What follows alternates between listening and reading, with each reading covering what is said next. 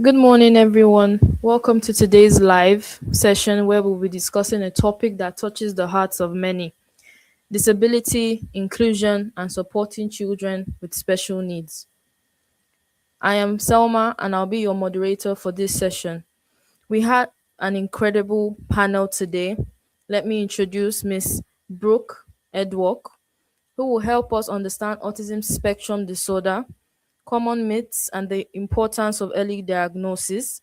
As well, she is the founder of this beautiful organization, FSS Foundation, as her vision and strides in promoting inclusivity in our nation today.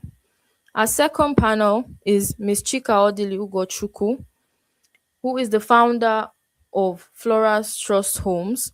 She will be talking about society, legal rights, and protecting individuals with disabilities.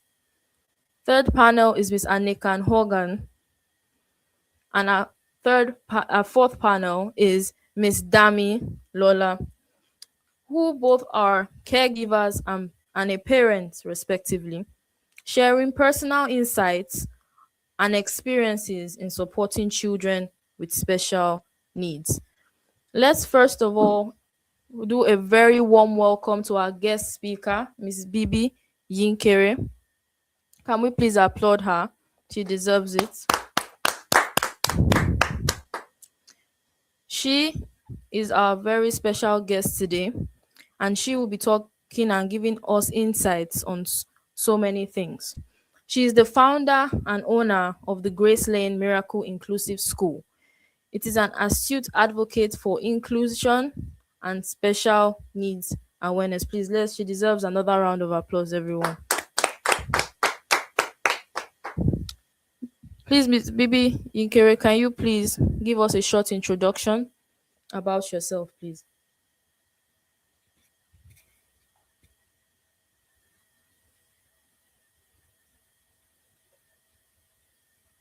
Hello, Hello. we are waiting for you to talk, please. I've not heard anything. Oh, we just introduced you and we asked you to just give a short introduction. Sorry. A short introduction. I should start now. Yes, ma. Uh, Good day, everyone. My name is Biby Yinkere. I'm an advocate for persons with disability in Nigeria and beyond. So this is my 11th year advocating for children and youngsters with autism, Down syndrome, cerebral palsy, and other related disabilities. I'm excited to be in this today.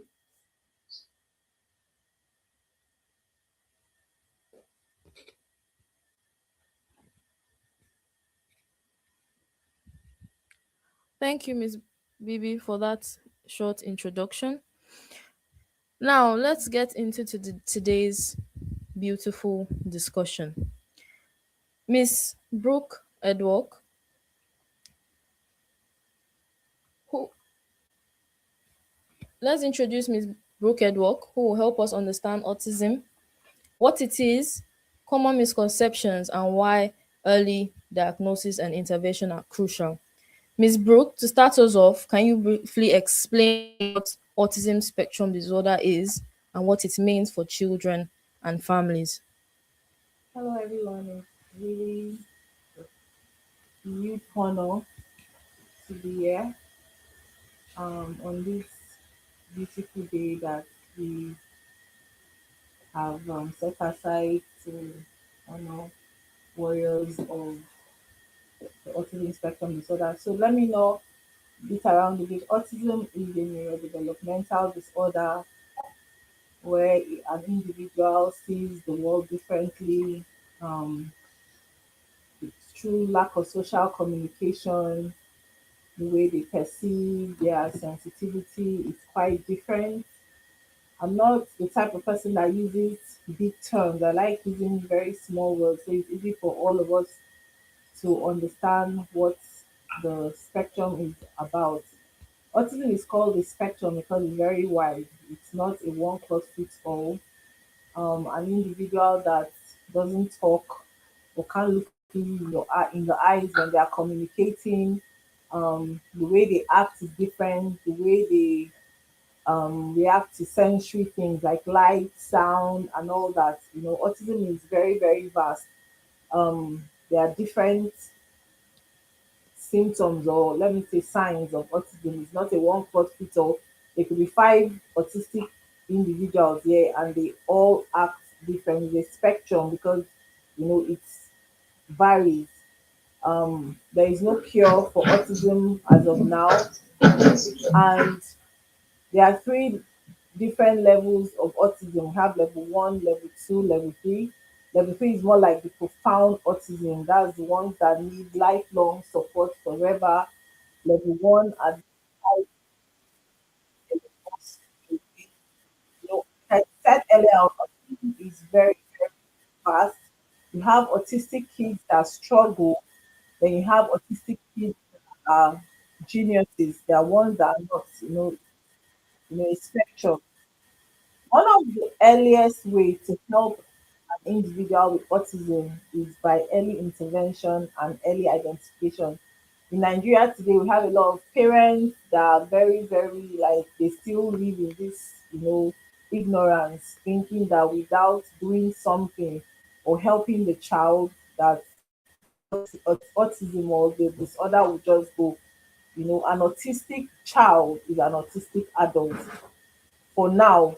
We hope as advocates that there will be a time where there will be a cure, but for now, there is no cure. So, what you do as a parent or a caregiver is to go through what you call early intervention. What is early intervention? I hope I'm not straying my questions. I'm on track with my questions, moderator. Early intervention is like basically a lot of combined therapy, speech therapy, physical therapy, and ways to help an autistic child thrive. Without these interventions, ABA, there is no way you can help an autistic, most autistic individuals are very rigid in their routine. They work with routine. So it's very, very important. I want to quickly just list out some very, very common signs to know your child is autistic. Or first of all, repetitive movement. A lot of autistic individuals always repeat their movement, their words. Either they're always flapping their hands, walking up and down, like screaming. And then there's repetitive speech called echolalia. They can use words over and over and over again, or sentences over and over again.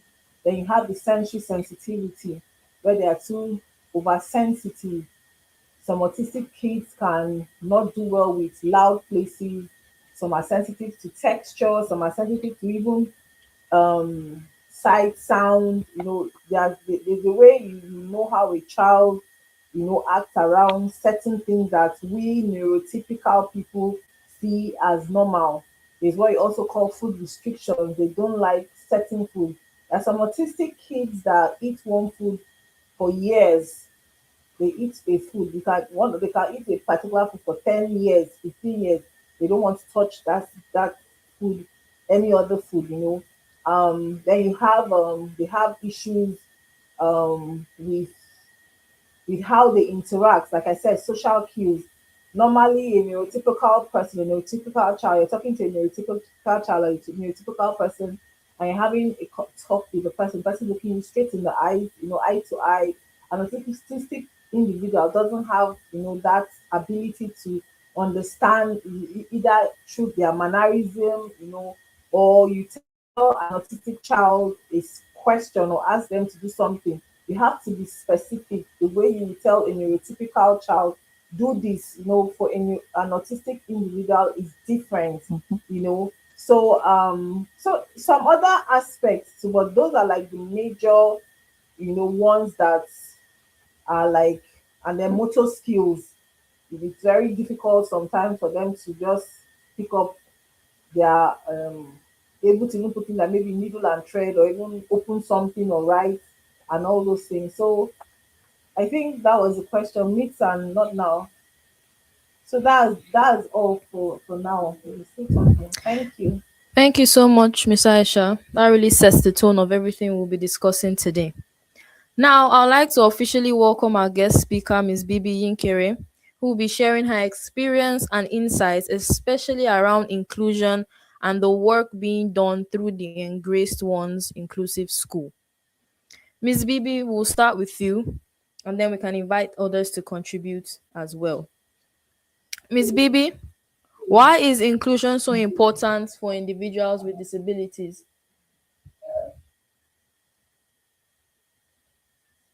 Ma,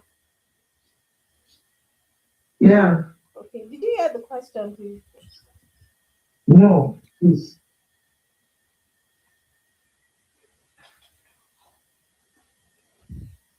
Why, Ms. Biby, hello? Why is inclusion so important for individuals with disabilities?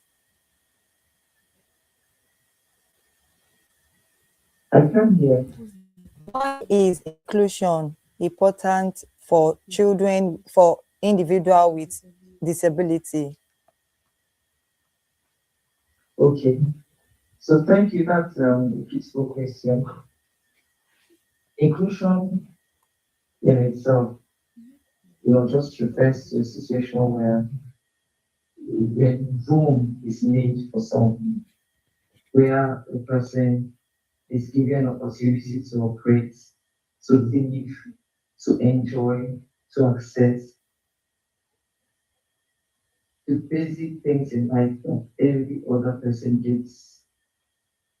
So once someone is not given opportunity to access his or her fundamental human rights, we will say, oh, the person is being segregated or there's discrimination or anything. So any situation that is discriminatory, that is segregatory, is non-inclusive.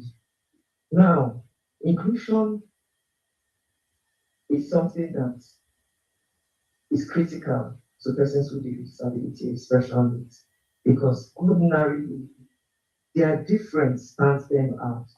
Like the previous speaker talked about, the repetitive behavior, ritualistic behavior, the flapping of hands, those things, those characteristics that we are likely to see. They may not manifest, they may not show in every child on the spectrum, but you may find some of these things. So ordinarily, those things would make someone want to look at this person a second time and not want to include. So, for instance, you're having a party or something, you don't want the child that will just uh, suddenly start screaming, start clapping, putting his hands in his ears, going under the table, and those kind of things. So, in that instance, that child is likely to be will not be included, will not be invited to the party. The same thing in the school. A child that can just suddenly undress him or herself, do anything, can even like defecate in the classroom, will the school system will not want that child there. So now this has been the experience of most parents, most families that have children, persons with autism. But they are now saying no. Yes, we know there are gaps. Yes, we know that there are behavioral differences, sensory differences between our child and the larger society, the others in the classroom, the others in the playground, the others in the aircraft, in church, wherever. Our individual and child is loved by us, and that person is human, just like the theme of this year's, and really in love with the theme of this year's celebration. So they are human, that person is human, and that person has a right.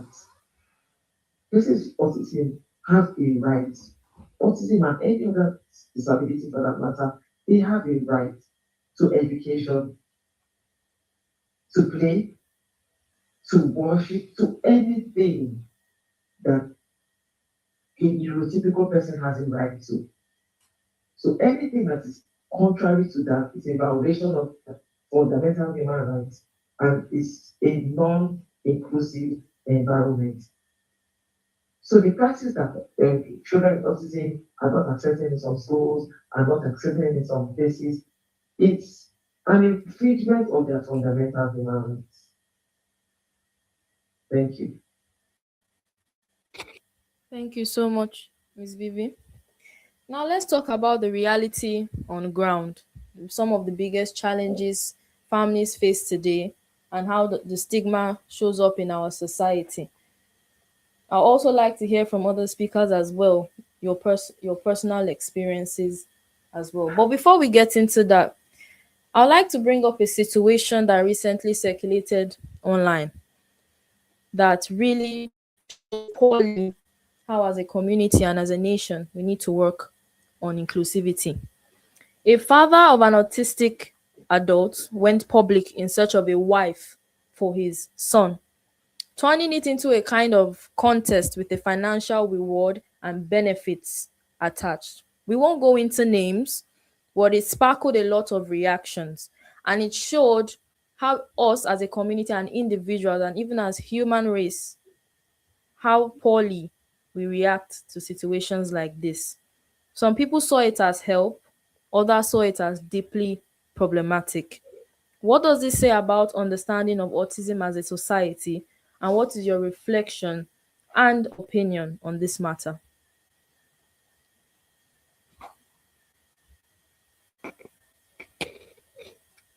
Miss Vivi.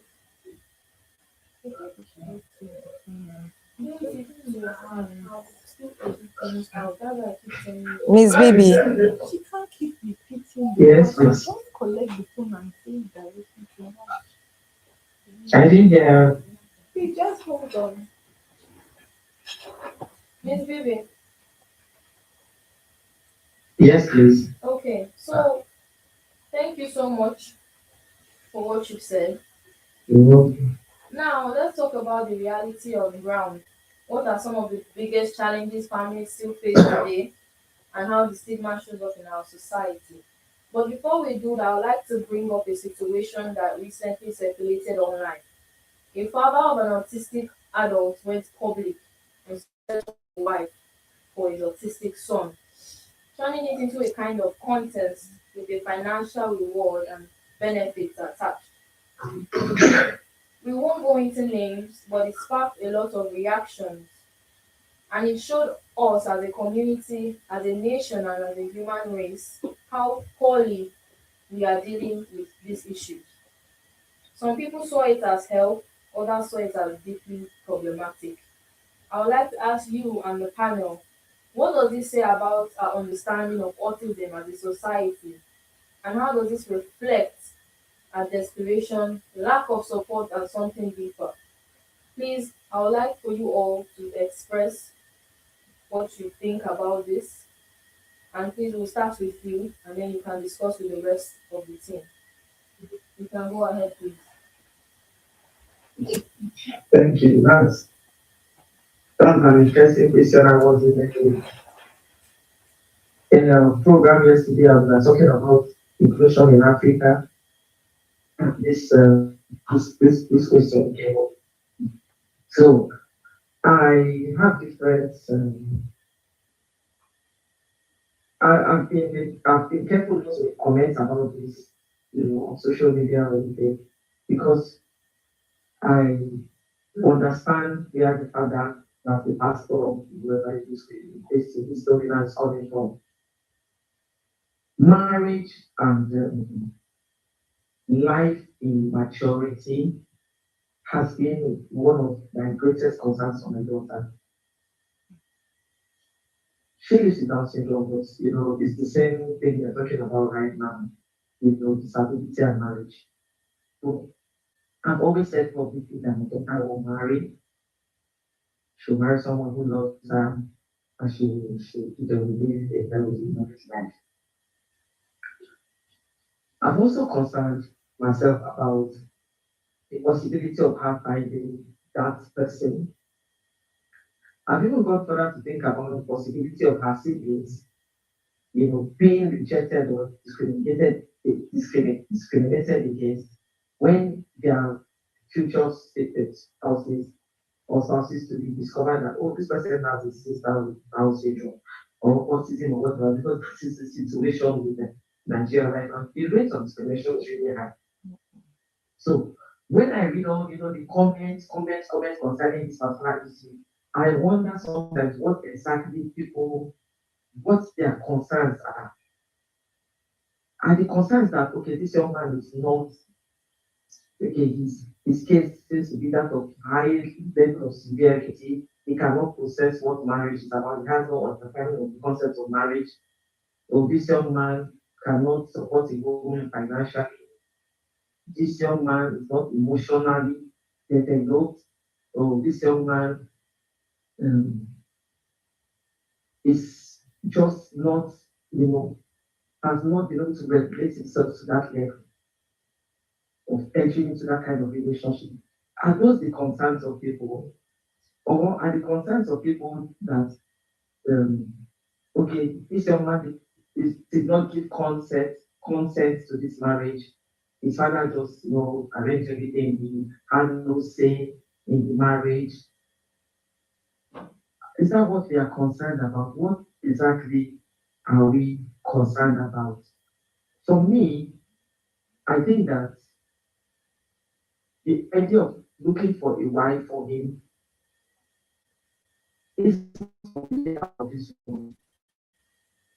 Even neurotypicals that have their proper jobs, they've graduated, living healthy lives. At some point, the parents get to get worried and even try to see if they can, arrange marriages for them. So that in itself is not my problem. My problem is, okay, the financial benefits, that are attached to that search. But we all know that if there are no financial benefits in a society as it is today, even if that young man is on the spectrum of high functioning, he will still get a lot of people reject him. You still get a lot of people turn him down. Even if that young man were to be high functioning, in fact, even if a young lady falls in love with him, she's not, especially and she thinks about her parents, will her parents say yes? The issue of discrimination, I would say, led his father to taking that step. It was a wrong step. It was a badly guided step. But it's the desperation and it's the discrimination that led him to that. See, if we're in a society that we accept and love essentially,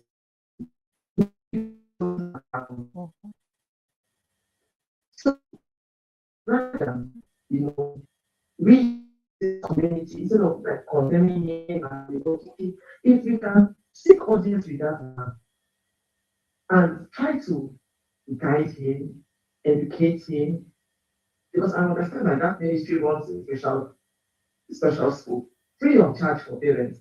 And I really love that. So it's not like they are bad. So if they took it a badly a misguided decision, the thing we can do is, as a community, how can we educate? This is a learning curve. It's an opportunity to educate the public that, hey, if we find ourselves in this situation, what should we do? Okay, let's try and talk about education for educating this young man a bit. Let's not be in a hurry. Introduce him to whoever you want him to get married to or whatever. Let the lady be educated about what autism is about. Let her observe him for a while and see, is this something I can live with? Not to rush into the marriage. But the idea of the marriage itself, I didn't say anything. I don't think it's such a big deal because the truth is that that young man, based on what his adopted father said, does not even know his name, his real name, does not know where he's from.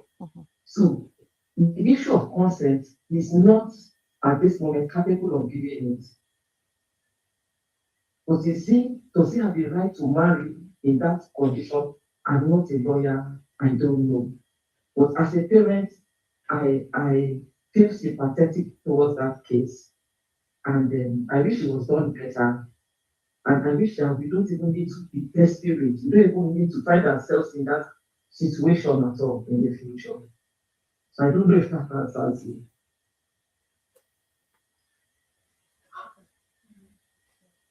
Okay, thank you. You've spoken very well, and I'm just going to um, take your lead as to regards to this issue with the young man. It all goes back to what we are trying to do with the awareness when it comes to children living with autism, children on the spectrum, and indeed other children with disabilities. We are trying to make a life for them from the time when they are born and interact with each other. There's a child I follow in America. He's on the spectrum, and there's a girl who is also on the spectrum. Their families bring them out together, interact with each other. They grow together. They visit camps together in other parts of the world from the age of every age of disability. The syndrome children start having their camps. They have interactions with each other. They meet like the neurotypical ones. They fall in love with each other. They are taught and helped through the puberty stage when girls and boys explore their body like every other child does. What a young adult was doing was not wrong. It is what every young man does. But in his own case, they are behavioral experts. They are doctors who can help him calm his libido, try to teach him how to control it quietly in a dignified way. It's not something you come and start saying he does this outside. The father should protect his child. It's not something you start shouting for everybody to hear. You take your child inside, ask an expert. If you talk to a pediatrician, if you talk to a behavioral aspect, they will know. We have schools and centers where we have a lot of these children, and we know how we school them. No, don't do this, or you can go inside your room and then this. Then when it comes to marriage, they can meet and they can fall in love. The law they can meet. We have to just start as a society to make avenue for these children to meet, just like the typical ones.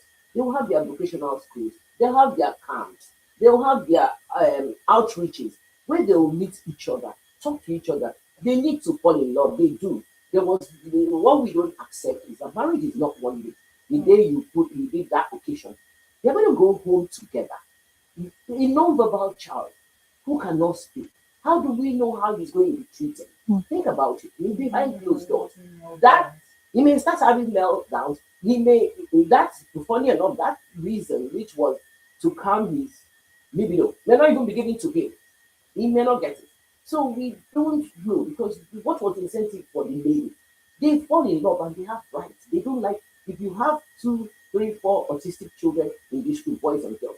One might be inclined to another child, while one might be inclined to another child. So yes, so please let us yes, so let us start and insist on what we know. Everything that the school children have from playgroups, yeah, okay, from playgroups to out camps, let's start making room for our children with disability. Let them on their own meet other children like them and start to go and accept. Families accept. I've watched families come together and accept their children for each other. So let us try to do the right thing and provide more fora for these children to live together. Let me quickly add, what Miss Bibi said.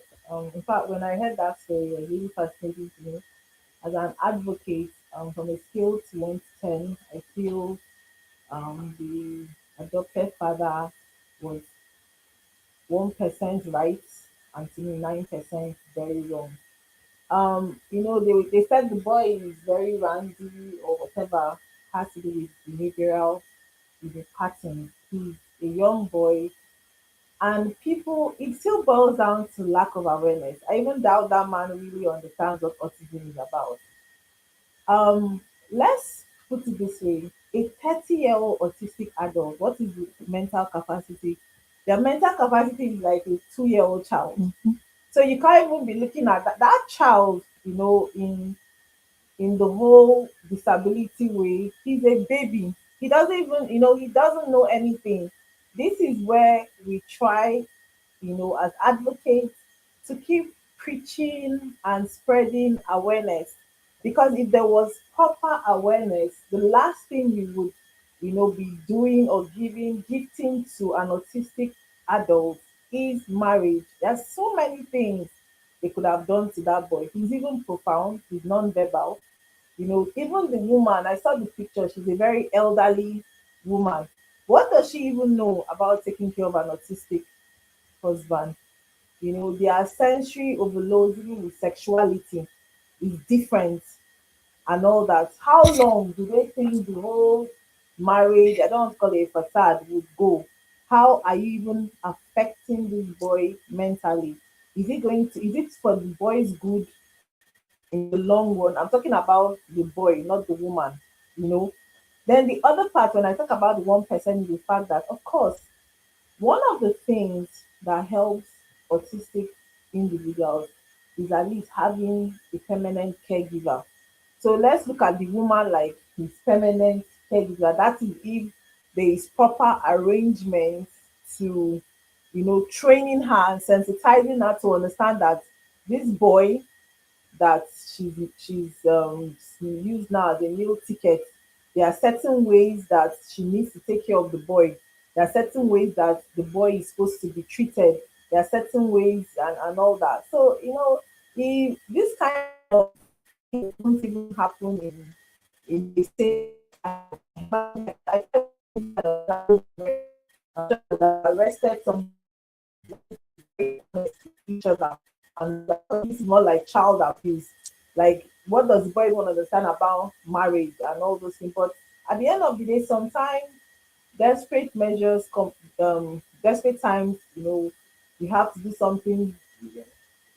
So I mean, so part as in my opinion, I think it was absolutely wrong.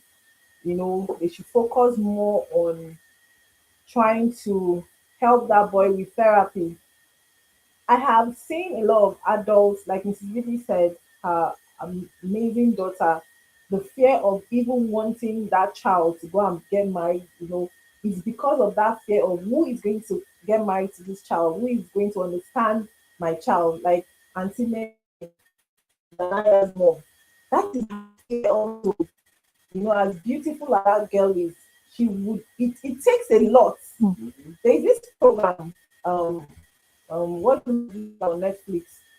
Um, Love on the Spectrum. Even if most of the contestants on Love on the Spectrum are mostly high functioning, but not really like fully high functioning and all that. If you look at them, they all mingle, still buttressing what you said about trying to, get these people together and all that. There's this popular girl, Abby and David. They've been dating since season one. I even doubt sometimes they don't even know what they are doing. If you see when these people want to start making out, you'll be laughing. They don't care who is there, and they'll be smooshing and kissing and heavily because they don't. And your typical person, you want to do public affection, go to the room. Then there's this other girl I've forgotten, and even the father was people they were just smacking their lips, their mouth, because that is where they are understanding. So bringing, I don't know. So it's my opinion. I've actually even read it because I think this whole thing is actually dividing, because I've seen where some advocates are in for it, and some me, I'm a bit 1% in it, and no, to me it's absolutely a no. I don't know. That me, I think as a mother of an autistic child, you should say something. For me, it's a no too. It's a no because the truth is, even if the so-called wife is, punishing the boy, you will not know, because the boy cannot even report situations. The boy is non-verbal. let's even assume the boy is verbal. There are some autistic children that cannot report situation. So the boy will just be like, the marriage will be a no no no no to me anyway. A no no no to me. That's all I can say. The no So, no. moderator, we are done. Right.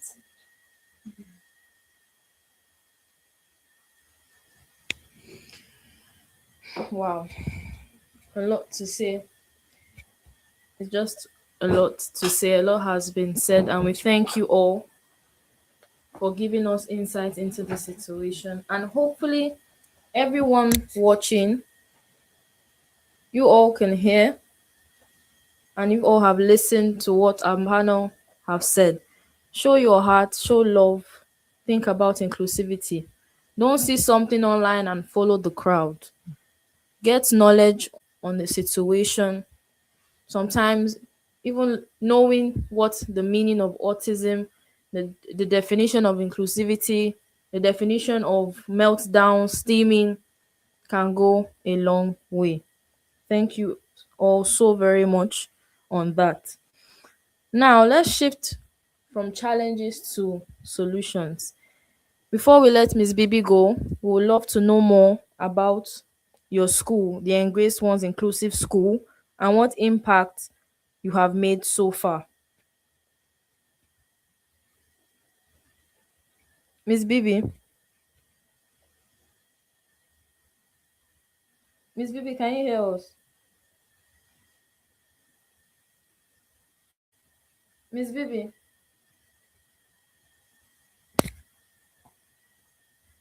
Miss Bibi.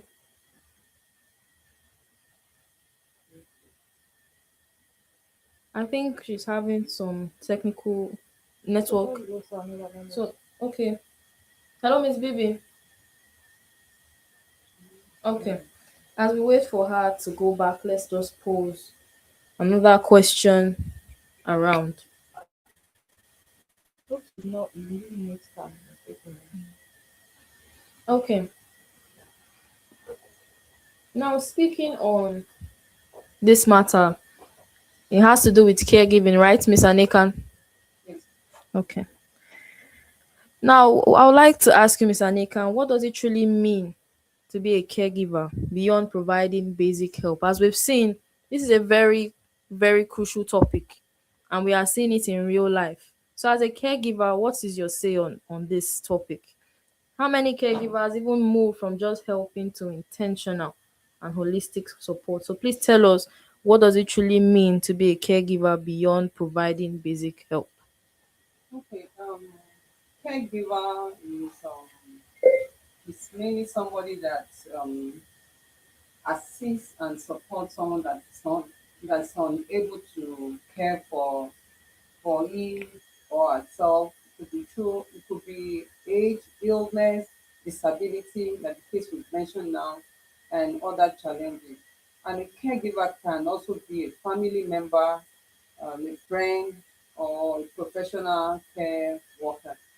And it goes beyond, as I've said, as you've asked, that it goes beyond just taking care, bathing this individual with needs and feeding and Hello, can you hear me?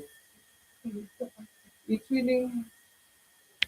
Yes, yes, I can, ma. But Miss Anika is just saying something, so let her finish and then we go back to you, ma. Okay, we can use the sample of the case we just mentioned now of giving out a grown 30 years old disability man to someone that doesn't have an idea of caregiving. I think she needs to be schooled first to understand the real disability where this individual really needs help, and how she can go ahead in caring for this person. As we mentioned, he's a grown man, not a child. If he's a child, you can be controlled, but not a grown man that you need all an extra care for. You need to deal, you need to be, a child is a 30-year-old man, But but But it it's still a happens child. a child. Yes. But you Yes. need a specialist, you need a professional care worker to really take care. It could be they would have hired someone to really take care of him, even in that same home they live in, or I think they would have hired someone, a caregiver that's really on this field to take care of the To individual. help him Yes. emotionally support him, in addition to having a wife, maybe be a go between Yeah. them, because it's very necessary that he has a professional caregiver. His emotions at this stage, even though, just as you said, they have the cognitive skills of a 2-year-old, in a 21-year-old body, in a 31-year-old body. So the sexual needs are guys of the 30, but it's a 2-year-old. So it needs somebody, a trained helper, caregiver, who is able to understand what the child is about. You have the cognitive skills of a 2-year-old in a 31, but you have the body needs of an adult, the mental. Mental. Yes. So these challenges are things that a well-trained caregiver should know about. So what could have happened best, if it was ever possible, was for them to marry their caregiver. But even at that, No, it's an anomaly, It's to because it's hire. not We even have not trained. marriage is supposed to be for trained. love. Let me quickly teach something. I'm sure you know this thing. It even happened. Okay, it even happened with this person, Melissa, where you see how you see autistic kids when they get to that their puberty level. Sometimes you see some of them even wanking publicly, Yeah. really masturbating because, like I said, they don't know. Maybe that's that part they saw and they say, "Oh, it's funny all the time." No, no, no. Yeah. So the best answer, like Ms. Riri said, the people have a home. What kind of professionals do they really have? Like, because it's crazy. They say they have a home. What professional? A professional would have Yes, they are picked just that boy's existing without the behavior. therapies and that they need to help these children. And when you don't have in-house, you take them out to go see Outside. these people, because a therapist and this case is very paramount in their life. Very, With very. all the money in the world, they cannot exist without that care. It's crucial for them. Wow. Wow. Okay, Miss Bibi is back with us, and we would like Miss Bibi. Can you please just verify you can hear us by saying yes?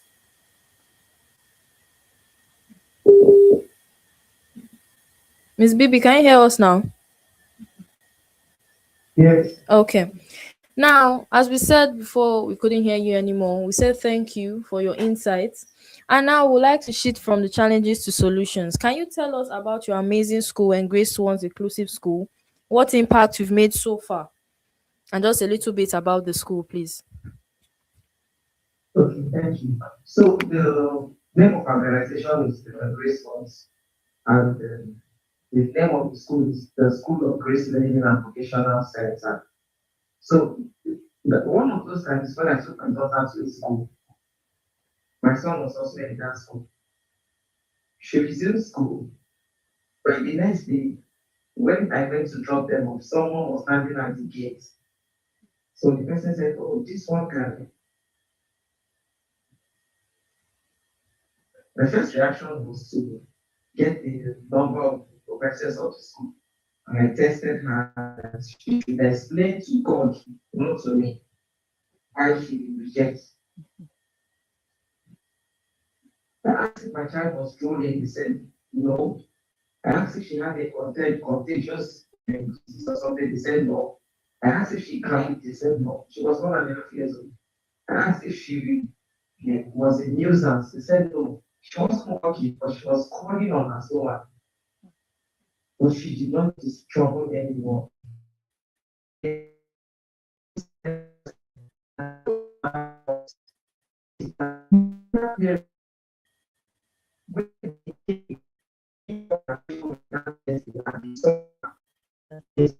Remove the child or remove our children. So that was how she was sent. And that was, one of the things that eventually led us to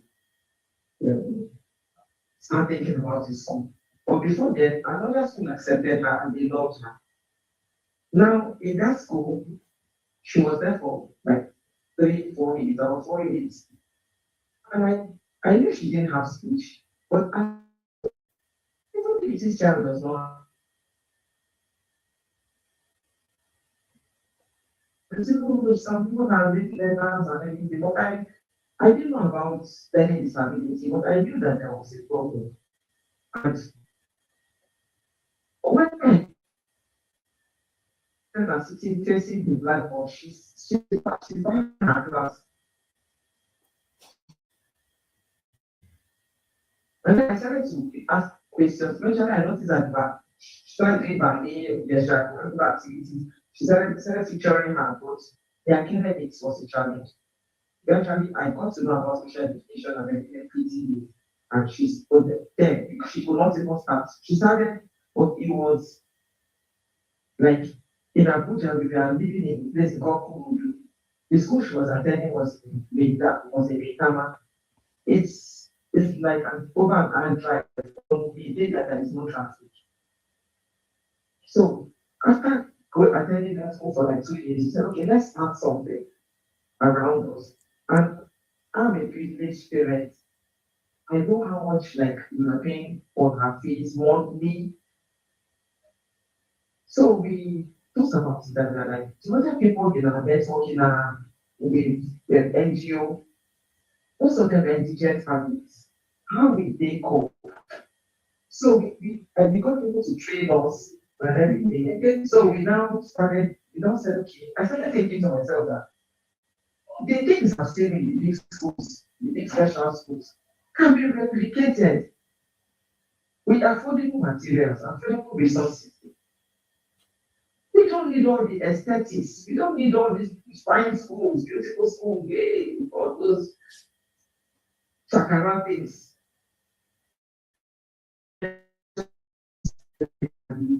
Everyone love it. Everyone for them. Then they can learn. So that was how we decided to school of grace. In a public school, in these NBA schools, they don't give us a classroom with the innovated, polished, everything, and we started. And we discovered that learning started taking place. We had to convince the parents to bring the children and everything. They started coming. And those children are really doing great today. After a while, we moved to the bigger apartment in Kurudu. We still maintain that for that place because there are still some parents that cannot afford a care of maybe 50 or 100 naira to the new place. And then I love the started getting support from NGOs, some other big NGOs, foundations, for electricity and everything. And we set up accessory room, therapy room, and all these things. The services are going on. And some children who could not see before are speaking. Children who could not walk, some of them are walking. And their confidence is built. We have an annual runway program and do this year's 18th of this month. A lot of these children are teaching on the runway with confidence. I remember 3 years ago we had an inclusive sports competition. It was an inter-school thing, so there were like 3 schools. When the media came, they were asking us, so where are the special children like that? I said, they are right here on the field. But the difference, the gap is being bridged every day. And that's one of the things why we set up the school to bridge the gap. We had PTA meeting early last month, and parents was now saying, oh, this school, there are 2 buildings in this premises. Why not keep the special ones in one class and keep the other ones in one class? It was another neurotypical parent who responded and said, I don't think the way our children are being great. My child is not special, but my child maybe is special children is helping my child to know what it is. It's preparing my child for the larger society, and it's telling my child about the realities of life. And it's helping my child to appreciate that, he is blessed to be like perfect in quotes. So this school it's a school that is designed to bridge the gap between the rich and the poor. most of the time, only rich people can afford special education, only rich people can afford therapy. The services, they think that they are to be for the rich. But now, the children from indigent families are accessing the services. And these children, they can compete with children all over. I just came from the United States, and I was providing services to children there. And I'm confident about what we are doing here, and I brought my daughter back. And people are saying, why are you coming back to Nigeria? I said that with what we are providing, I think I have more confidence in it.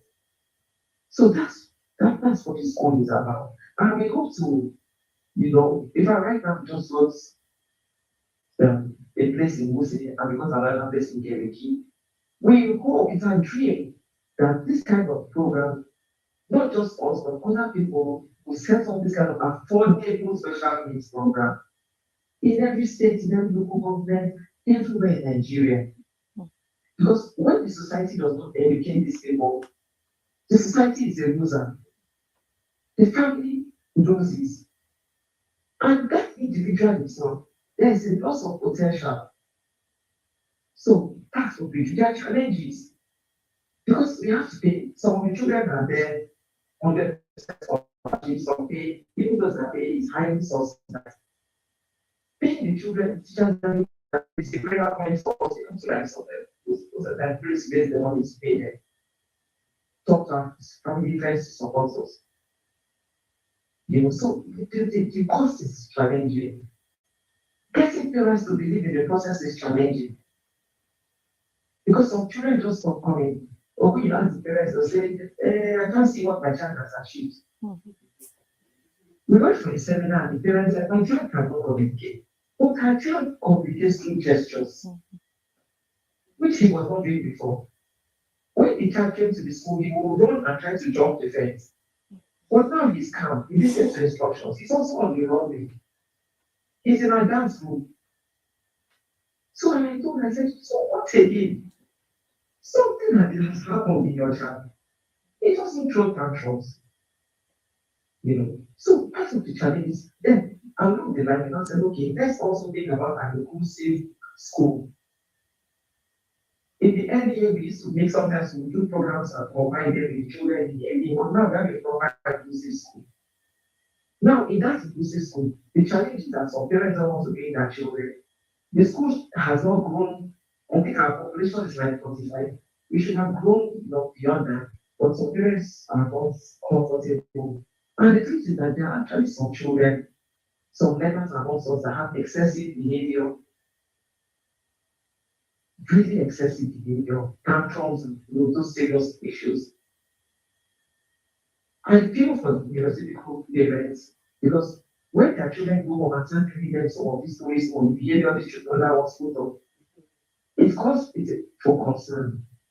But when we keep educating them, advocating for the other positive, vulnerable ones, and sensitizing this now the more, acceptance is growing.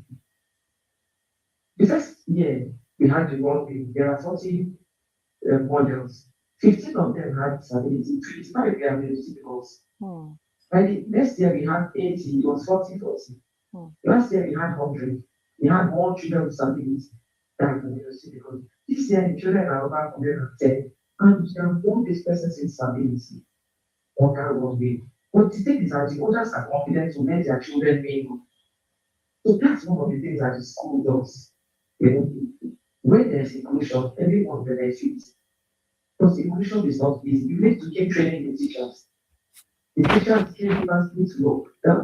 This year, January, one of the caregivers said, I don't know why I should be feeding an adult like this. I said, excuse me, how old is this adult? He said, this is not this boy, he's 10 years old. And I laughed at it. I said, look, even in the US, I've said somebody like 70. So we are growing in awareness. We are still a very long way off, but we are getting there. And I want to call out educators because there are lots of educators, especially in autism. I want to challenge us with what we are doing in the School of Grace. It doesn't need to be as expensive as we put it out there. I know that it's expensive, but the cost can come down. If we really love these people and we want to help them, and I'm calling on the government to do, I know that the government in its policy, documented policy for inclusive education, acknowledge that the cost is higher, even the government cannot afford it. But the government can do better. And then the pride is ours when these children do, what we equip them to do. Thank you. Thank you. Wow. We see what you do as you have conquered most odds that parents are still yet to are still there and are still dealing with it. Before we bid you a farewell, please can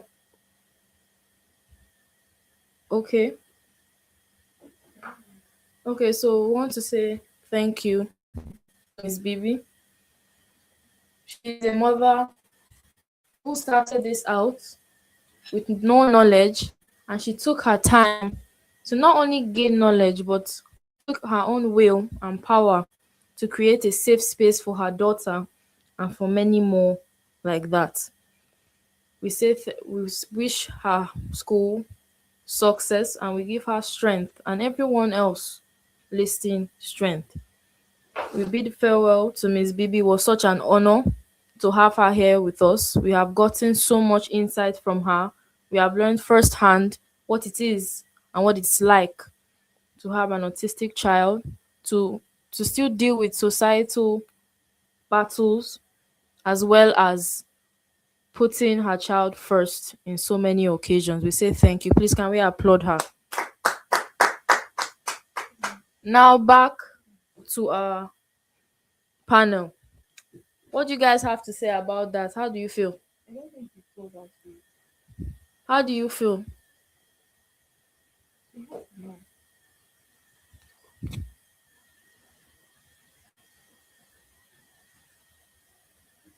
How do you feel? How was the conversation with Miss Bibi? What is the insight? What's the takeaway? We'd like to hear it from you guys firsthand. Awesome conversation with her, very eye-opening. A wonderful journey she has been on from being able to establish the place. It's been it's a real worthwhile journey, and with all the efforts and all the money she put in, and it's very encouraging to somebody like me who is doing something similar to her. I can imagine what it takes to have the first classroom, the second one, and the center, and the children keep growing. And I feel her passion, her love for her child, and indeed all the other children. And just as she said, support is really needed because it's a very expensive venture to have these children, but it is needed. These children are part of the head count, they are part of the head count. We can never wish them away. They are part of the human race. They will continue to exist. So the sooner whoever is in authority, in companies, philanthropists, we know that these children will continue to exist. We must help them. It's an expensive venture. No family can do it alone. So Wow. thank I you. have been honored to be in that school with schools. And when Mrs. Bibi was talking, of course, after the our interactive session, we write the address and name of the school. Mrs. Bibi, I would say, is my mentor in this advocacy journey. She was one of the few people that prompted me to where I am with this foundation. I appreciate her earnestly. One of the schools I remembered, I'm surprised she didn't even say that, how the community destroyed, oh my God, millions or millions of equipment for these children. It was so Please, can sad. you go deeper into that? What do you mean by that, Miss Aisha? Okay, they had these amazing tools that were supposed to be used for the children, special needs kids, some sensory. It was so sad when they showed me because the community was still grasping. I don't know if, like you say, awareness. lack of knowledge, lack of awareness, superstition, seeing where, so things that would have helped the children, they destroyed. Oh my God, let them not. They destroyed the things. It was really crazy, and I mean, with this kind of part of world where there is no support like that, the government is absolutely not doing anything. Individuals are looking elsewhere, so I can imagine how much it would have cost them. I don't even know if they've been able to get those things back and all that. I went there, it was amazing. I met the children, they even sang for me, and she's doing amazingly well. She's a very great woman. Yeah.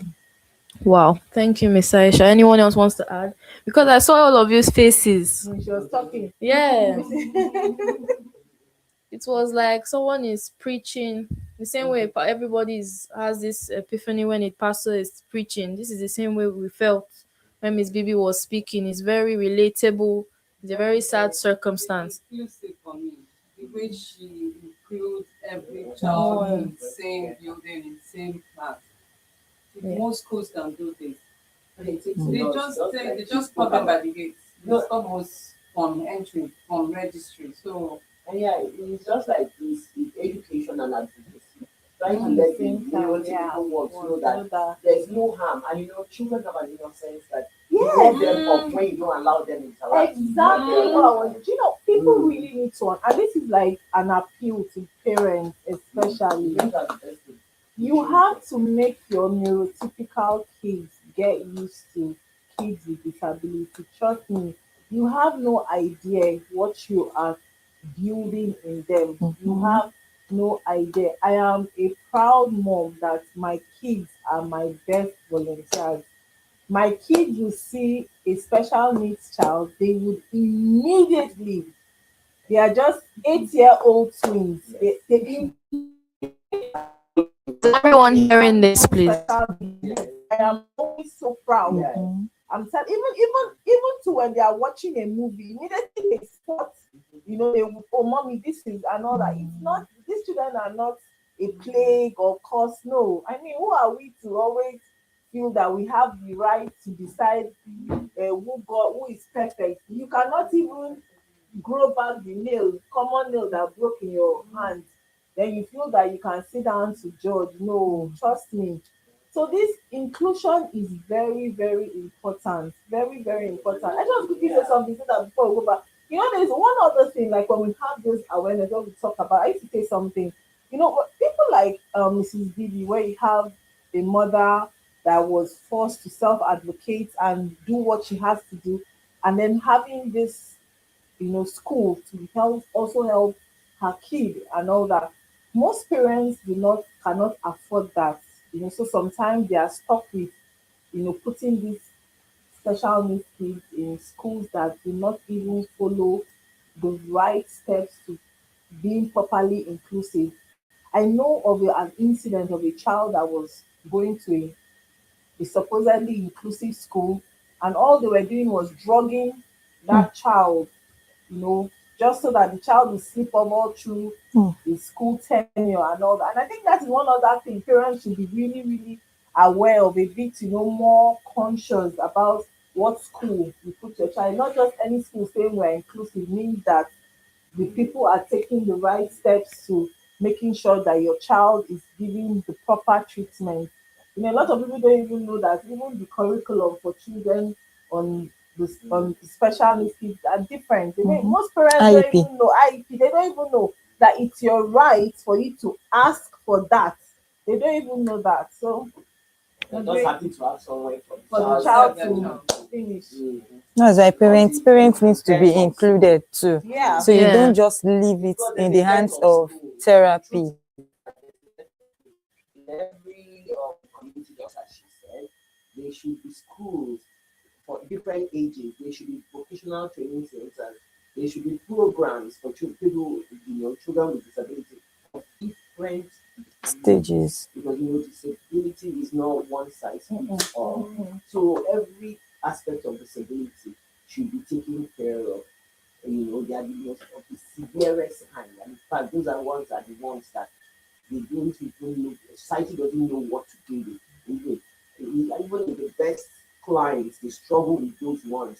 These are children who need 24-hour care, who to the everyday person thinks that all hope is lost. But we know amongst them that even the flick of an eyelid in a child who didn't even used to yoga or track is already an achievement to people like us who know that this is wow, this child is now tracking. He didn't used to track. Sometimes you see that a child that didn't used to look your way is now suddenly tracking you. Tracking To you. us, that is a great reaction. Yeah. So these are the things you need to. You have to keep talking. She's right. It's getting better. People are listening. People are not looking at us too oddly now. We are also not ashamed to take our children out now. Before, we didn't take out to a child with a school boy. Now we are older. So I think with this, the society needs to accept that they're not going anywhere. They are part of it. Next year, they're going to be born. You go to the hospitals where they're taken care of. You see new children come every day, even with the best care. If not, you won't be having them abroad now because they have the best technology, the best machine. But today, go to America, they are going to have children with disability of the severest kind, of the milder kind, moderate, and it's just how God wants it because He brings out the best of humanity. Mhm. Yeah. Wow. I know, yes, they are doing better, but there's still more improvement to be done, way more improvement to be done. So we won't give them anybody any flowers just yet. So we have in the comments someone asked a question, and I think one ask this question before we move on. They said a 4 years old child who doesn't talk anything meaningful, I think probably doesn't have anything meaningful to say, and is so stubborn, as they said, and hyperactive, is he likely to be called autistic? And what is the solution? A very I would interesting question.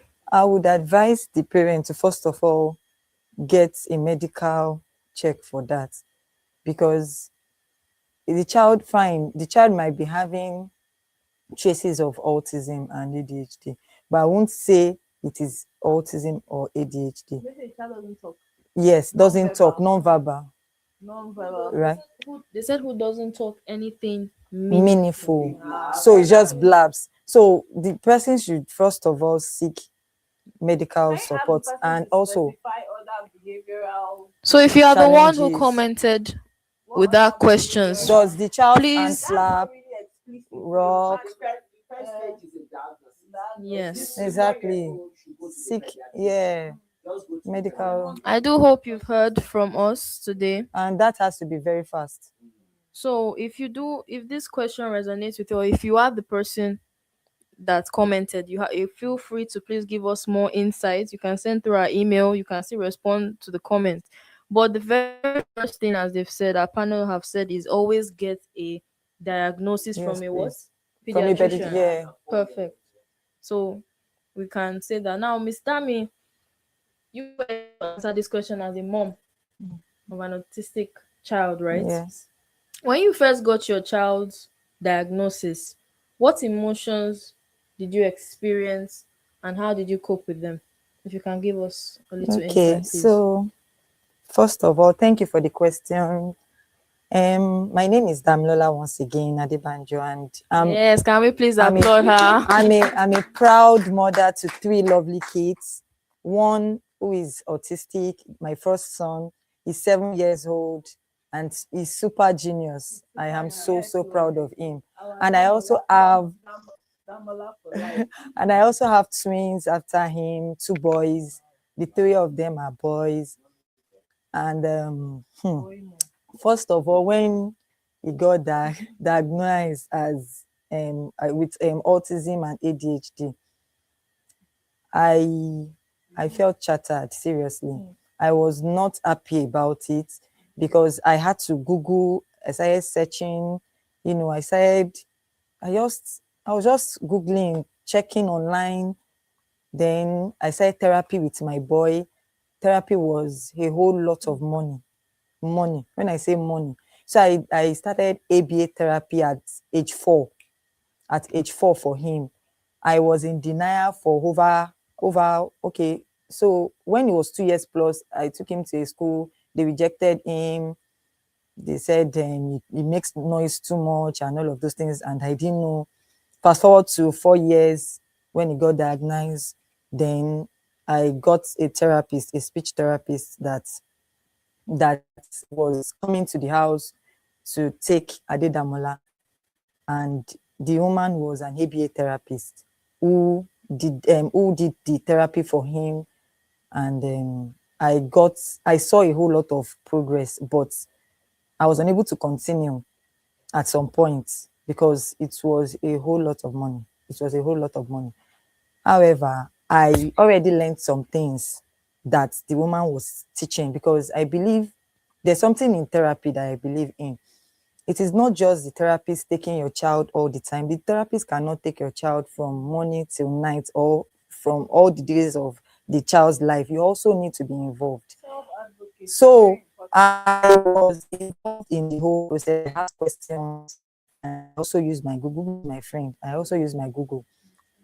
Then when my son clocked age 5, all what I was taking my son in 2 years, I started seeing at age 5. You can imagine, after 1 year. So I started reading with him, and now he's fantastic. He's a good reader. Then my children, my twins, they are also doing amazingly well with him, to the extent that if my son wants something and he doesn't talk, we move from non-verbal to verbal. Yeah. If my son wants something and he doesn't talk, the twins will tell him, Adedamola, use your words. Then he will talk. He will say, they are therapists already, and they are 4 years old now. My twins are 4 years old. Adedamola is 7 years old. They will tell Adedamola, use your words. Then he will say, I want whatever. Before he was only saying, come, eat, sleep, poo, like that. But now he can make sentence. Yeah, he can make sentence. So from there, my twins also got involved with the fact that if anything happens in school, because they all attend the same school, if anything happens in school, Damola cannot report issues, but the twins does. So they tell me, oh, this is what happened. I really felt bad one time, I think last month, that a Damola's classmate came to meet me that Damola eats our food, that when after eating in the break, during the break time, Damola would pick up our food and eat. Sometimes they say Damola picked things on the floor to eat and all of those things. I just, laugh over it, and I'll tell them, what have you done when he does that? What did you do? What have you done to you? They said they report to their teacher and their teacher beat him.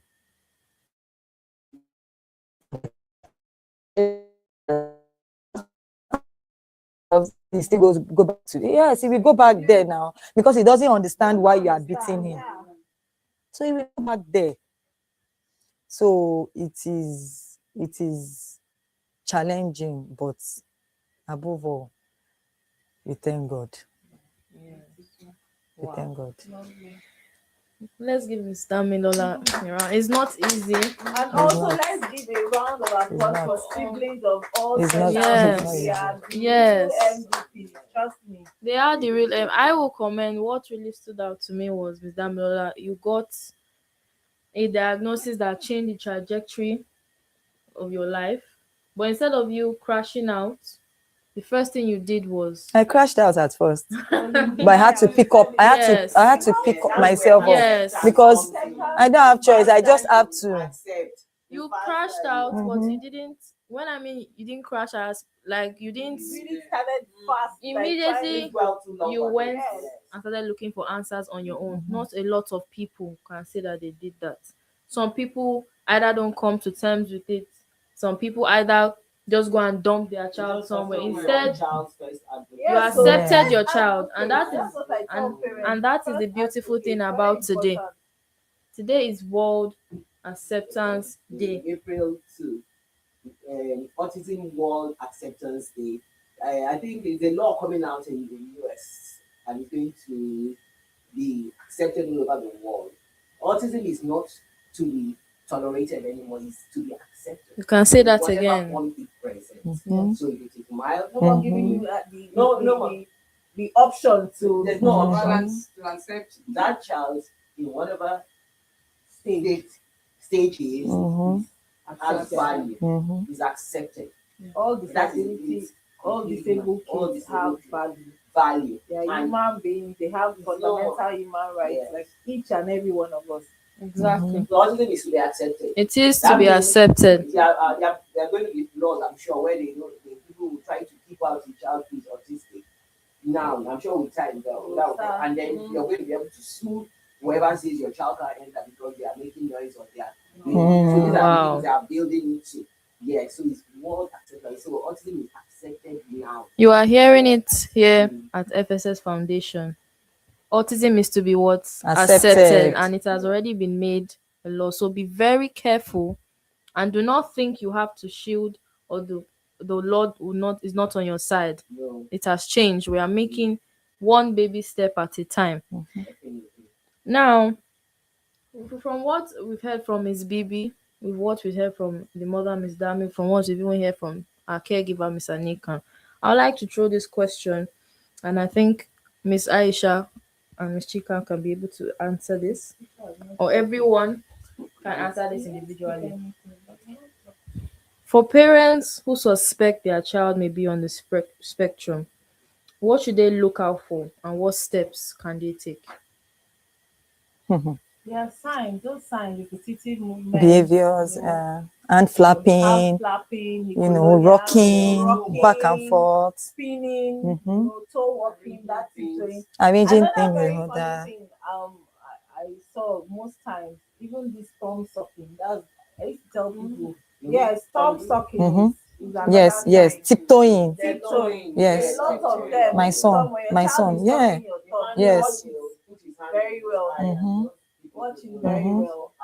Then some does this blinking of, Blinking yeah, like, they do that. staring, Then this arrangement, you see them always so fascinated about putting things on a Straight line. Ecololia, always repeating the Mhm. same words, so Mhm. fascinated with. They can watch a clip over And over again. and Yeah. over again. Like I said earlier, on food restriction, they don't want to eat anything, they want to eat Indomie for the rest of their life. They like touching your Mhm. skin. It's not as if they touch anybody's skin. Mhm. They keep touching maybe hair. They don't like bright lights and all that. Those are like, autism is a spectrum. If this one happens to A, doesn't mean it happens to B. Mhm. But those are the major signs that you look out for. Wow. So you can say we can all agree that early diagnosis Yes, is it's very key. important. Identification and Yeah. early diagnosis is very crucial. Very, very crucial. And how can it just a brief, how can early intervention impact a child's development? Miss Chika. Okay, well, yes, most times because um, when the brain, the developing brain is more akin to taking things. That's between a certain age, between the year 1 to 4, a child's brain is still developing. So that is when to work on that brain. That's where early intervention comes in. And it's going to be like an assault on the brain in the sense that the speech therapist is going to go in there, Occupational the therapist. occupational therapy, so it's going to be intense, Mhm. trying to get the brain to, if there was a damage on a part of the brain, To correct. let the other side of the brain, the brain has different parts. So maybe a part is never always the brain that is totally damaged. So you try to get the good part of the brain to take over the function of the other parts, especially the motor skill, that the child can now try to get it back if it is speech. So early intervention is very important, and it will be Disciplinary multidisciplinary. Yes, with the pediatrician, taking care of health issues, the behavioral therapist, the neurologist. Everybody's going to work together. Hand in hand. It's costly, but it is very effective. Yeah. So it has to be intense. Thank you, Miss Chika. And back to what I'm going to pick from what you said. Now, if we're picking the right specialist, if we're picking the right team, I would like to use like the ABA, speech therapy, occupational therapy. How do you aid one in choosing the right person? What's the steps, or what's the hierarchy, and what's the right therapies that you would advise go for? So you can start which one they should go for, which one is the best one. Yes, well, they are specialized care. We can only guide them to where the specialists will advise. Just like we know the truth. We have an idea, but we don't have that authority to say, you go here. We know, but we still need them to see the neurologist, see the pediatrician, see the occupational therapist, consultants, to be able to say, this child is tending to behavioral, this is more sensory, this is more this. So it's to get specialized care, which we can point them to the places that exist here in Lagos. I would like to talk about that. Okay. So for that, I would like to say that I would just talk on what has worked for my child, for my own child. I'm not a professional. Okay, so what has worked for my child is ABA therapy. You know, it depends on the specific need of that child. We said autism is a spectrum. So one child is different from another child. But for my own child, ABA therapy is what has worked. And there's something about ABA. ABA, What is ABA, okay. Ms. Dami? For Okay, people that so don't know what it is. ABA is, the full meaning of ABA is A stands for applied, B stands for behavioral, while A stands from, the other A stands for analysis. That's Thank you very much. applied behavioral analysis. Yes. So this just explains how, before a behavior started, what happened before the behavior. So you have to be intentional. You have to know your child. What happened before the behavior? What exactly is the behavior of that child? And what has the behavior led to? So you need to be there. You need to understand that your child. When you understand your child, then you should be able to tackle the behavior, give consequence. We have positive consequence, we have the negative consequence too. And you can also reinforce the child when the child does. I reinforce my child a whole lot because positive reinforcement has worked for him. When he does things, oh, good, Damola, clap for yourself. You'll be so happy. Clap, blow me a kiss, blow different type. You know, you can tell him, oh, peck me, hug. He loves hugging. He loves to hug you. So when he does good things, it encourage him to do more. It encourage him to do. And when he does the other way around, I will scold him. I don't need to take cane and beat, although I should not lie, I have done that before. Because it's seriously, it is. See, I am human. It's not easy. It's frustrating. It's frustrating. You will do it. It's very, very frustrating. But then you still have to calm. Don't forget, their brain is wired differently. So when I remember that, because when you even beat them, they don't even know, they don't understand. You don't understand when you are beating your child and he's laughing. Or be beating you by thinking you want to. Thank you. Do me, I do you. Exactly, just for your own satisfaction. So what do you gain from that?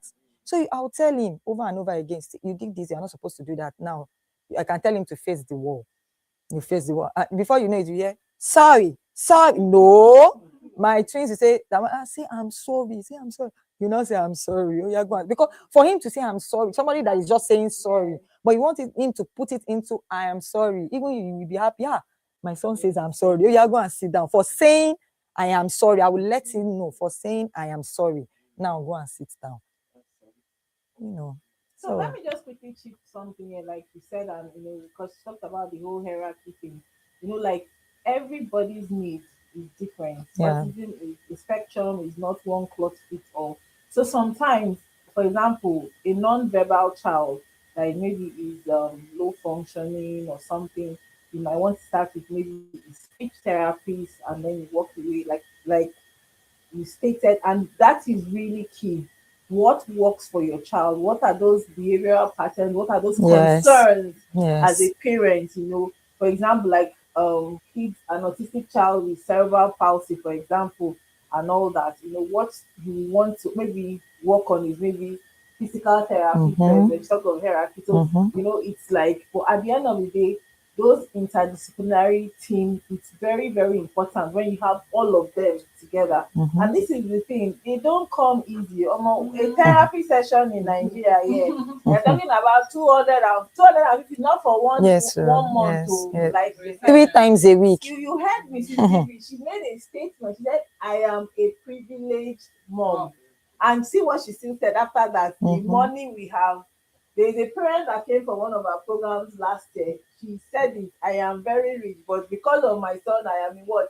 Debt. So imagine parents that cannot even afford 2 square meals. Just imagine what they are going. Well, still, every time I have the opportunity to speak out, be it in the media, I keep screaming. Nigerian government, they are not doing anything. They are not doing enough. At They all. need to do something.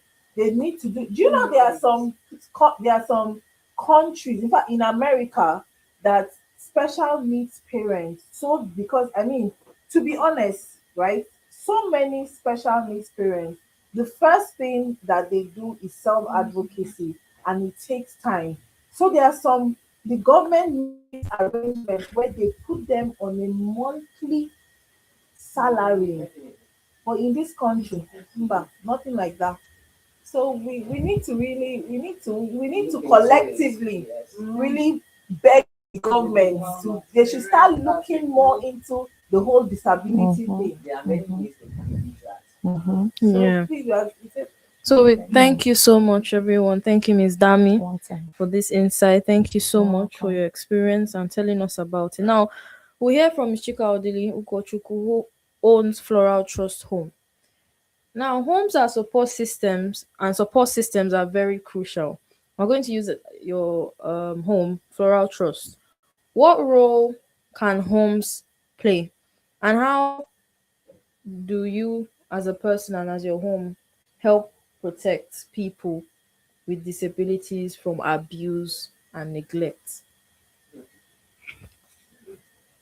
Well, I'm going to speak within my own school, you um, making sure that the environment is safe for each child at the center.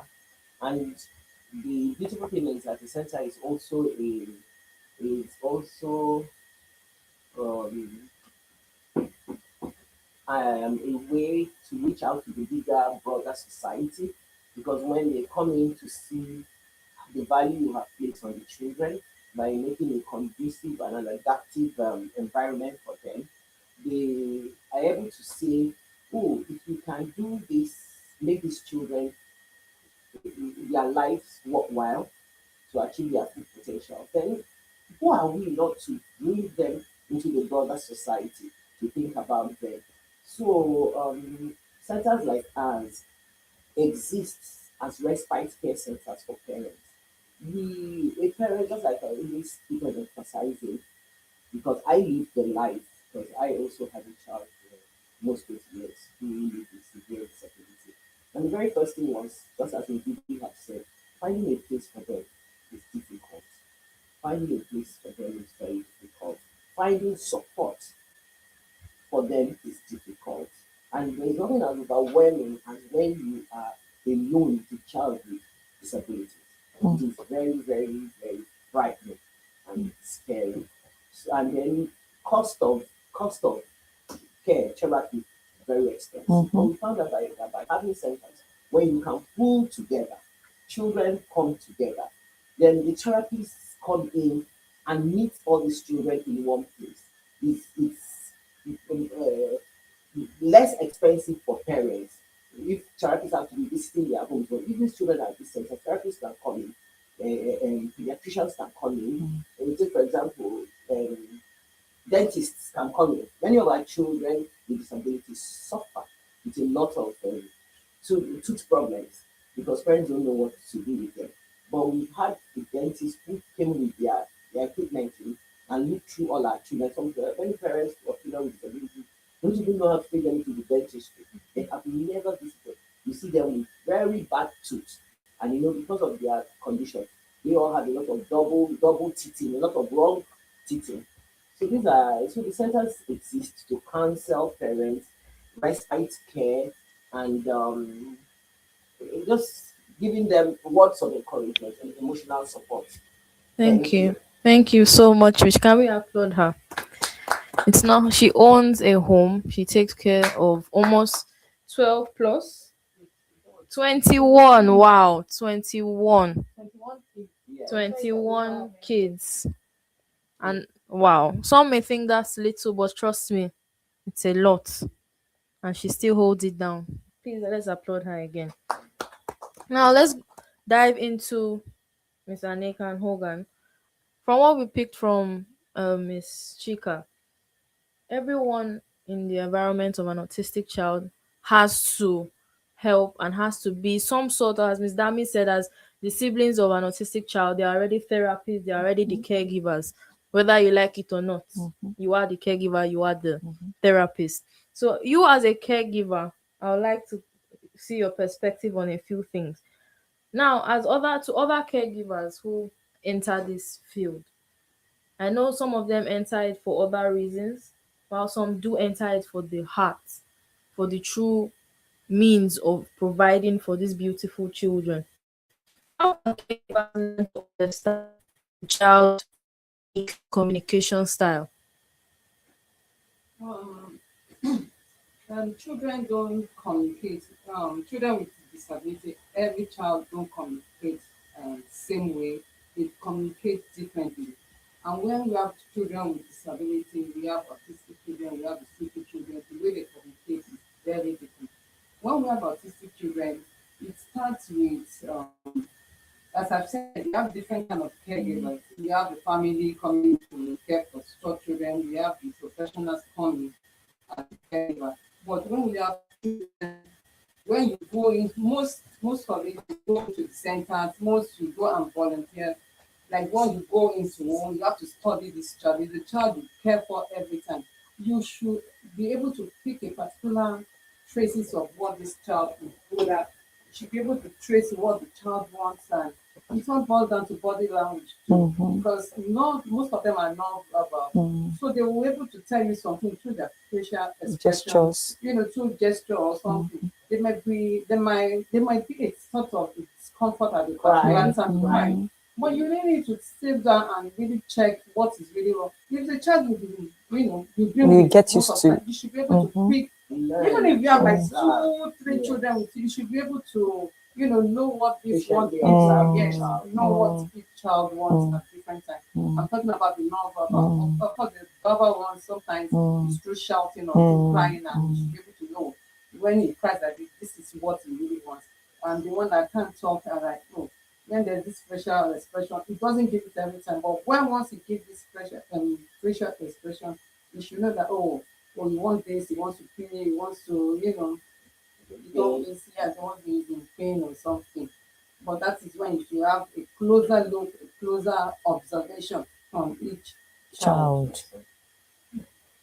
Thank you, Miss Anika, for that. Now we know that some caregivers, I want to speak on it. Sometimes I do not know what unfortunately touches the hearts of some caregivers where they abuse the children that they affect and they take care of. As a caregiver, I know sometimes the feelings do come where it's very difficult. How do you address those feelings when you are tired, when you are frustrated?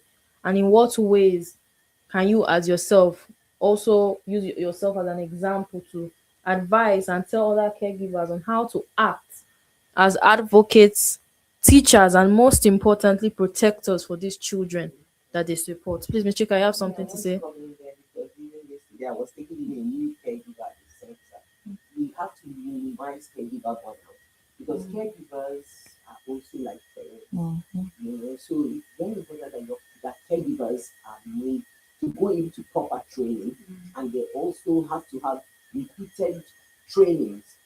It's very important, and also caregivers must be happy. Caregivers must be happy. At the center where we want, we have time, second time with the caregivers, where they table in each issue, and we must address them. We can't sweep away caregivers. And when I talk about caregivers, starting from parents, parents should be listened to so that there is no burnout by any caregiver of any level, from parents to the caregiver at the centers, to the caregivers who visit the children, caregivers, because that is when, like one that just happened somewhere in Europe or something, they put they wanted the 14-month-old child to sleep at the center, and they put something over her head and they had and they had to close the center, and they both are in court, and they're likely going to go to jail, because how do you do such a thing? Protocols, caregivers must train, and they must have a good training. There is something they must do. The child goes to getting your sleep. There are things you must never ever do, and then be very watchful. Where they need to put cameras, you must put. Where they need to track, you must track. You must make sure that caregivers do not have any reason to abuse or cause harm to any child. As you can see from what Ms. Chika said, caregivers are also very important. We also should give them care, give them time, and not Another thing, burn I them think out. to be a caregiver, you should have a passion. You don't need Yes. to love That's it. what I One just You want don't to need say. to put all these things in place. Something we can Money should we be can sexual passion for this is a For the job, job. is a thing you want to do. There should be passion first. And money shouldn't be the And money focus. because most people that go into like caregiving, like, oh, it's money, oh, they're going to pay well, they're doing well. They don't just do it for money, and when you see this child, they're like, oh, another case. If you have this passion, you'll be able to know what is wrong First with and each foremost, child. No matter how many children you have in the center or in the home, you should be able to passion. If you have that Passion passion, is it's okay, you're very able to important. go. Passion for the children is very important. So please, whoever is listening, if you are a parent, if you are a caregiver, if you are a teacher, if you know you do not have the passion, if you know you do not have the patience, if you know you do not have the God-given spirit and heart, please just know to when to walk away. Hand over to the ones who are willing to do it. Thank you. Thank you so much, Miss Anika, and thank you, Miss Chika, for answering these questions and for letting us know the difficulty, and also letting us know that caregivers should also be given respect, to be given care, as you both are. Even everyone here is a caregiver. As long as you have the heart, as long as you have cared for one child or the other. Now, these points show us that inclusion, support, and awareness are still ongoing, and they are ongoing responsibilities for family and society. Now, let's open the floor to questions from our audience. If they have some, we have some already, so I'm just going to point them out. Miss Hannah said that she has encountered one autistic child in her life, and that from the myths that she has heard, that some of them she didn't know which were accurate and which weren't, so that she can get more insight. So I think this question, I'll take it to Miss Aisha. What are the myths? Basically, Miss Anna is basically saying, what are the myths and what are the facts, which are very, very important. And I feel that's the secondary information anyone should have. What are the myths and what are the facts everyone should say or know, and what are the ones we've heard? Okay, so for me about autism, I think all of us in this team have one or two. But I'm just going to state some very, very important one. One, autism is not a disease. Please, it is not a disease. Secondly, of course, that one is like there is no cure for now for autism. Autism is not hereditary. Autism is not a cause. Autism is not spiritual. I don't know if I'm supposed to even say that. It's not spiritual. Autism is not because you were a bad parent or you were smoking or drinking or womanizing or you broke 50 people's hearts when you were in university. No. Or it's not that your uncle in the village that poured no at all. Nobody knows the cause of up till now. There is no factual, no factual reason why this thing happened. Like you said earlier in the new developmental disorder. So I'm sure there are some crazy myths you guys have heard. It's something we hear almost all the time in this community. So what else, Peter? Yes, but you just said it all by saying that there's no Autism myths. is not Yeah. There's child really no possessed. myths in it. People have myths, but there's no myths in autism. At It's all. just a condition. It's a And condition. it's not caused by anything. There should be nothing The associated. child is not possessed. Yes. Yeah, okay. There should be nothing associated with autism. Yes. Yes, and I don't think it hasn't even been said to be genetic because there's no basis for even saying genetic because I won't some even people will accept say it. it's not genetic. It's Please not. repeat that again, please. Paracetamol, and we know there is no factual proof to that. So as advocates, we cannot say okay, there is no. It's just God made. There is And no. that is what Yeah, truly, it's God exactly. God made. There's nothing about it because you gave birth to your child when you were 30 something, and no, absolutely not. Yeah. Okay. So Thank you so much. I love what Miss Chika and Miss Aisha said. It is God made. It is not genetics. So whoever feels they have to replace their child or who I think is their gene or anything, please, it's not. And the myths, there's nothing like that. It's a condition. And if you want to find out the facts, if you want to find out more, always go and get self knowledge or go to a psychiatrist, a professional, or you can even reach out a professional pediatrician. not a Excuse me, mental. sorry. Yes. Please forgive my English. It's fine. Yes, please, a pediatrician, or you can always come reach out to us through FSS Foundation social media platforms, and also please we feel do it for free, and you can always tell us your problems. You can always tell us anything, and we will answer you within 24 hours. Now, a second comment from David. I'm caring for my nephew who has both autism and cerebral palsy. I'm exhausted sometimes and I feel like I'm not doing enough. How do caregivers manage the emotional and physical demands? By training. It's never enough. If it's I like that. continuing, Care is not enough, and you really need you need to to the take whole a break. burnout. You need to take a break. Never give up. Never give up. Identify And a give room, center. Yes. give room for others to come in and help. Exactly. Yes. Yes. You know, I really want to know when you say give room for people, you never People know are the available. situation. Does he even have the people around? Because that is just the thing. David, whatever it is, first of all, you're doing an amazing job. I always know that there are support systems there out there. That is why like this foundation is for one of the first things is us trying to see you guys, be there for you, stand for you and all that. You might think you're not doing enough, but trust me, you're doing more than enough. Even the thought of taking care of that child where others could have, and all that. Like we've talked about burnout, maybe one of these days we'll also do another talk about, which is really we actually have this respite care. We're doing another edition this May by the grace of God coming up where we take care of parents and caregivers. It's really important for you to have that time where you just take a breather, get yourself because if you cannot feel yourself up, how would you be able to be so Chika, just a quick one on autism and CP, what other parts you need to look out for?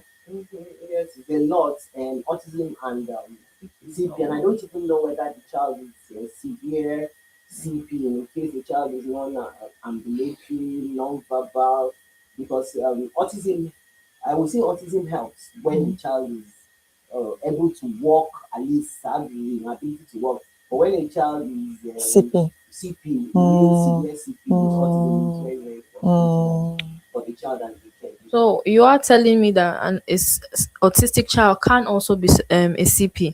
Yes. Definitely. Yes. Wow. It's called Oh, yes. Comorbidity. comorbidity.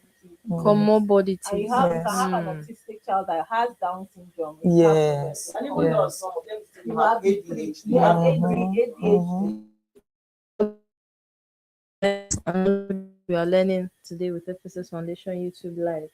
Now the last one we'll be taking for today. Okay, this one is from Omo Bolale. I'm a teacher and sometimes I don't know how to include children with special needs in my classroom without singling them out. I don't even know why parents are even bringing such kids into normal school situations. What practical steps can I take? Sorry if I may even ask before you answer this question. Is it right that they even use the word Normal. normal? It's not right. What's the word that's supposed to Neurotypical, neurodivergent. neurotypical? Don't use the word normal. What do you think about the training? What we're talking Normal. about? This That teacher is it. The just being teacher, as honest mm, as she can. and it's good. I just It's said fine. something It's earlier on fine. about to just go and dump your children in these schools that call themselves inclusion. This teacher is talking out of frustration because I can imagine, where you're putting your child, what are the steps the school As was doing the right thing. They should have been fully they should enlightening have the been enlightened, yeah. sensitizing the schools. Yes. You don't just because it's not about the federal government saying, no, every school has to be Yes. inclusive. What is the federal government doing about training these teachers to be able to understand? Because I mean, and some parents too should be school to know that some parents, some schools are not even inclusive. Some parents take their child thinking that if they take their child to typical schools, they are going to learn from them. That because it's also a problem to teachers. The child suffers when the teacher is not trained, that's the thing. The child suffers because the teacher is not trained. disability requires Training. My son's school, I sat But down on them. what we're saying is that we're sorry about that, but I think right now, like you said, the answer is most parents, as ignorant as they are, feel that bringing these children to where neurotypical kids are, helps the child.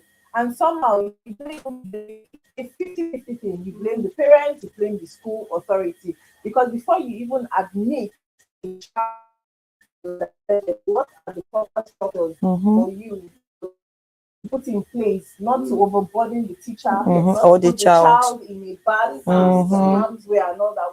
So those are the things we're believing by the special grace of God. These are things, but even we're working on by next month to do a bit of training in some free trainings in some schools in Lagos, which is very, very important. These are the kind of huge gaps that we are praying by the grace of God we try to fill up.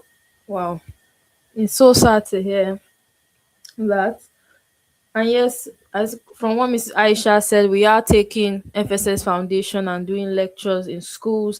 From we're not going only to second, we're going all the way down from the little ones, from primary school, secondary school, universities, even jobs for adults as well. So if you do know where we can come in, if you still want us to, you can refer and please come into our emails. Now, from what you said about teachers be and school authorities being ignorant, I would like to add to that. I personally have seen it firsthand. When we started FSS Foundation, I went to a school, a neurotypical school, and I saw this particular beautiful baby girl, and I realized she was sleeping. She hardly speaks. She screams. She's very aggressive. And the first thing is when I tried to interact with her, I had patience. I spoke with her. She didn't want if she doesn't want to do something, she won't do it. She either screams, she either cries, or she can actually stand for hours and she won't do anything and she will sleep off on the wall. I let her be. I do anything she wants. I let her do, just so that she's calm and she's heard. But the next thing that shocked me was the teacher came in screaming, and it actually has this long cane like she's an animal, and starts beating her. Do this, do that. And I'm like, I was shocked. And I said, no, this child is very special. It's not even the same, and you can tell everybody else is doing their work. She was the only person that you can tell. She actually she can't write. To write her work is either the teacher does it herself or sits her down to even to just write 1, 2, 3. She's out of it. And then instead of you being patient, they either beat her, they hit her, or they let her be. And it made me think, how can a parent, you spend how many hours They just from don't. 7 a.m. down to 2 p.m. And That's the time they parents will close. never even know because this child is They living Yes. Because they are collecting They school are fees. ready to They are go to collecting work, school fees or they now. are to go to Their work, own or is to to go collect to school and they fees. close their hearts. From And 7 they are all a.m. ready. all the way down to 2 p.m., a child deals with that. To me, I didn't believe that parents could be this ignorant. So the fact that you come, you pick your child, you still go home and repeat the same thing for how many times in a month that schools are open, and parents beat these kids. Because I notice in the school there's a lot. I think if you are if you are part of FSS Foundation, you yourself will realize, you start noticing who is neurotypical and who is neurodivergent. And when you start doing that, you yourself will be motivated to start wanting to say and speak out. And unfortunately, I actually personally asked if where are the parents, can I meet them? And they said they hardly, is mostly the nanny. And there's another person that's supposed to be the caregiver, but I'm sure from what I've seen, the caregiver was one of the bad examples that we were trying to point out. Let me quickly add something very short. When we talk about awareness, acceptance, and all that, one thing I really see when I see parents, like our team members, damn here, you know, one thing I advise parents, very important. When you sit down and you keep being in denial, looking ashamed, one of our then, one autistic parent we used to know, um, what was her name? Toby. She used to say something that instead of being ashamed of my child, I use that shame to educate someone else. Yes. When you're ashamed that your child is steaming in public and then you're scared of people seeing your child steaming, why don't you use that shame to educate them so that they will accept that it is normal for your child to steam? When your child is having a meltdown and you feel ashamed, oh, look at how this child is behaving, why don't you use that period, that time, and then educate others the reason why your child is having a meltdown? That's what I Why do your actually. child cannot talk or is not responsive or doesn't have that social communication skills. So instead of you being ashamed as a parent, okay, why is my child not talking, and all that, why don't you use that opportunity to educate people or explain to them why your child is Very different? important. These children are not better or they are not lower than neurotypical. I don't even believe, I really am that kind of person. I don't believe in those, different neurotypical. We are all the same. We are all created the same red God that flows through you, flows through them. So why you feel you could discriminate these people, like Chika has said, you never know. The world is evolving, honestly. In right now, before we used to have like the scale of 5 to 100 autistic. Now it's every time we're talking about 50 to 100, and every year it's getting On and higher, on, it's yeah. getting higher. So right now there will be a time that each household, one person would have a child With special autism. needs. So Yeah. whatever you do, remember, you don't know whether it's your brother or your daughter. You never know. So awareness is key. Let's stop the discrimination. Let's stop the isolation. accept and them. parents, most importantly, stop with your denial. Let's accept these children. Let's love them and give them the pathway to thrive. Thank you. Thank you, thank you, thank you, everyone. Wow, this has been a beautiful Very beautiful. YouTube live. Thank you, FSS Foundation, for what you continue to do, for what you are doing. Thank you, Miss Chika. Thank you, Floral Trust Home. To every parent and to every autistic child, you are loved, you are special. God blesses you, and you are God's Amen. favorite, I would like to say. So now, thank you to all our speakers and to everyone who watched, who commented, who poured their heart out, who even shared. Remember, inclusion, understanding, and advocacy are not just topics for today. They are actions we carry forward every day of our lives. Let's continue to support children with special needs, their families, and the caregivers who make a difference. Thank you all and have a wonderful day. Please, can we all applaud ourselves? Please, panel clap for yourselves. I You want to guys say one did amazing. happy Autism Day. acceptance And then happy World acceptance day. Thank you. Oh my God.